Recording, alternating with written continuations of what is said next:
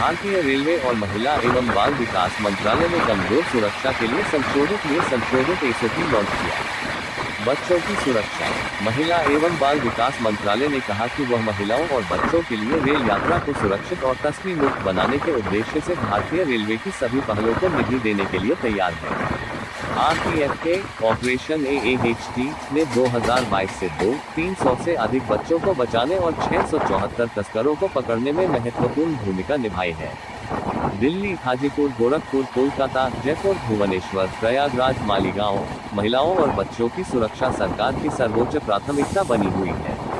महिलाओं और बच्चों के लिए रेल यात्रा को सुरक्षित बनाने में भारतीय रेलवे के महत्वपूर्ण योगदान की सराहना करते हुए महिला एवं बाल विकास मंत्रालय ने रेलवे को आश्वासन दिया है कि महिलाओं और बच्चों के लिए रेल यात्रा को सुरक्षित बनाने के उसके प्रयासों के लिए निधि कोई बाधा नहीं बनेगी।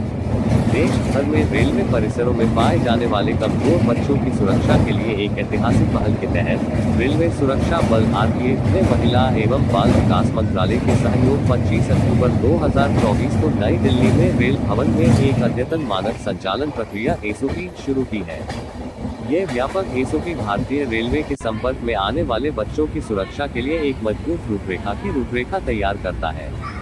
मानक संचालन प्रक्रिया एसओपी के शुभारंभ के दौरान श्री अनिल मलिक, सचिव, महिला एवं बाल विकास मंत्रालय ने उन्नत रेलवे स्टेशनों पर सीसीटीवी और चेहरा पहचानने वाली तकनीक लगाने जैसे उपायों के माध्यम से किशोरों की सुरक्षा और संरक्षा बढ़ाने की भारतीय रेलवे की पहल की प्रशंसा की। प्रतिदिन 2.3 करोड़ से अधिक यात्री रेल से यात्रा करते हैं, जिनमें 30% महिलाएं शामिल हैं, जिनमें से कई अकेले यात्रा करती हैं। कमजोर समूहों, विशेष रूप से किशोरों की सुरक्षा की तत्काल आवश्यकता है, जो मानव तस्करों द्वारा शोषण का जोखिम उठाते हैं। इस कार्यक्रम में रेलवे सुरक्षा बल आरपीएफ ने महिला एवं बाल विकास मंत्रालय के अधिकारियों को मानव तस्करी रोधी इकाइयों AHTU को सुदृढ़ करने के महत्व के बारे में जानकारी दी और असम, गुजरात, हरियाणा, पंजाब, छत्तीसगढ़ और मध्य प्रदेश जैसे राज्यों से आग्रह किया कि वे अपने रेलवे स्टेशनों पर मानव तस्करी को रोकने और यात्रियों की सुरक्षा बढ़ाने के लिए इन इकाइयों की स्थापना करें। आरपीएफ के सुनिश्चित करने के लिए बहुत सक्रिय भूमिका निभा रहा है कि उसके परिसर का उपयोग मानव तस्करों द्वारा बच्चों के परिवहन को बढ़ावा देने के लिए न किया जाए। आरपीएफ ने पिछले 5 वर्षों में 564 बच्चों को तस्करी से बचाया है। इनमें से 172 लड़कियां थीं। इसके अलावा बल ने ये भी सुनिश्चित किया कि इनमें से 80% बच्चे अपने परिवारों से मिल जाएं। ऑपरेशन नन्हे फरिश्ते के तहत आरपीएफ ने पूरे रेलवे नेटवर्क में बच्चों की सुरक्षा सुनिश्चित करने के लिए कई केंद्रित पहल शुरू की है। बाल तस्करी की निरंतर चुनौती को पहचानते हुए आरपीएफ के ऑपरेशन AAHT ने 2022 से 300 से अधिक बच्चों को बचाने और 674 तस्करों को पकड़ने में भी महत्वपूर्ण भूमिका निभाई है। यह उपलब्धि तस्करी और शोषण से निपटने के लिए आरपीएफ के अथक समर्पण को रेखांकित करती है। देश भर में कमजोर बच्चों की सुरक्षा के लिए देश भर के लगभग 262 स्टेशनों पर मानव तस्करी विरोधी इकाई स्थापित की जानी थी, लेकिन कुछ भारतीय राज्यों से सहयोग की कमी के कारण वहां AHTU स्थापित नहीं किए जा सके।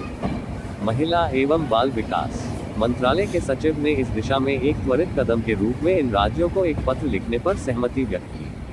महिला एवं बाल विकास मंत्रालय इन राज्य सरकारों और जिला मजिस्ट्रेटों को संबंधित राज्यों के रेलवे स्टेशनों में यह इकाई स्थापित करने के लिए पत्र लिखेगा, ताकि रेलवे सुरक्षा बल के प्रयासों को और अधिक सफल बनाया जा सके। रेलवे ट्रेनों में यात्रा करने वाली अकेली महिलाओं की सुरक्षा के लिए ऑपरेशन मेरी सहेली चला रहा है। मानव तस्करी विरोधी गतिविधियों में आरपीएफ के योगदान की सराहना करते हुए महिला एवं बाल विकास मंत्रालय के सचिव ने कहा कि हमारा मंत्रालय महिलाओं की सुरक्षा के लिए भी परियोजनाओं पर धन खर्च करने के लिए तैयार है। भारत सरकार ने देश में महिलाओं की सुरक्षा बढ़ाने के उद्देश्य से पहलों के कार्यान्वयन के लिए निर्भया फंड नामक एक समर्पित कोष की स्थापना की थी। महिलाओं के खिलाफ अपराध को रोकने के लिए देश भर के स्टेशनों पर सीसीटीवी कैमरे और फेस रिकग्निशन सिस्टम लगाने के लिए निर्भया फंड से धन दिया जा सकता है।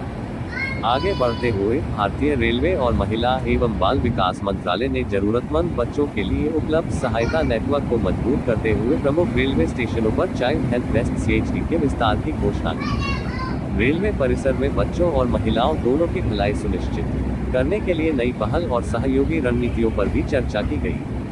आरपीएफ के लिए एक नया नारा जारी करते हुए, हमारा मिशन है ट्रेनों में बाल तस्करी को रोकना। भारतीय रेलवे ने सभी के लिए रेलवे को सुरक्षित यात्रा अनुभव बनाने की अपनी प्रतिज्ञा की पुष्टि की। संशोधित एसओपी में मानव तस्करों से निपटने के दौरान पिछले एक दशक में प्राप्त सीख को शामिल किया गया है। अपने व्यापक रेलवे नेटवर्क में एक सुरक्षात्मक, दयालु वातावरण बनाने की अटूट प्रतिबद्धता को दर्शाते हुए आरपीएफडीजी ने कहा कि भारत के बच्चों के कल्याण को ध्यान में रखना नए एसओपी के मूल में है। बढ़ी हुई एसओपी जोखिम में पड़े बच्चों के लिए सुरक्षा जाल प्रदान करके बाल शोषण और तस्करी को रोकने के लिए भारतीय रेलवे की प्रतिबद्धता को पुष्ट करती है। हो सकता है कि वे अपने परिवारों से अलग हो गए हों। मूल रूप से किशोर न्याय जेजे अधिनियम के तहत 2015 में शुरू की गई और 2021 में अपडेट की गई। इस एसओपी को अब महिला एवं बाल विकास मंत्रालय के 2022 मिशन वात्सल्य के बाद और परिष्कृत किया गया है, जिसमें बच्चों की पहचान करने, उनकी सहायता करने और उन्हें उचित रूप से दस्तावेज करने के लिए रेलवे कर्मियों की भूमिकाओं और जिम्मेदारियों का विवरण किया गया है, जब तक कि वे बाल कल्याण समिति CWC से जुड़ नहीं जाते। आरपीएफ के महानिदेशक श्री मनोज यादव ने कहा कि हम रेलवे परिसर में बाल संरक्षण की तत्काल आवश्यकता को संबोधित करते हुए किशोर न्याय जेजे अधिनियम के साथ निकटता से जुड़ रहे हैं।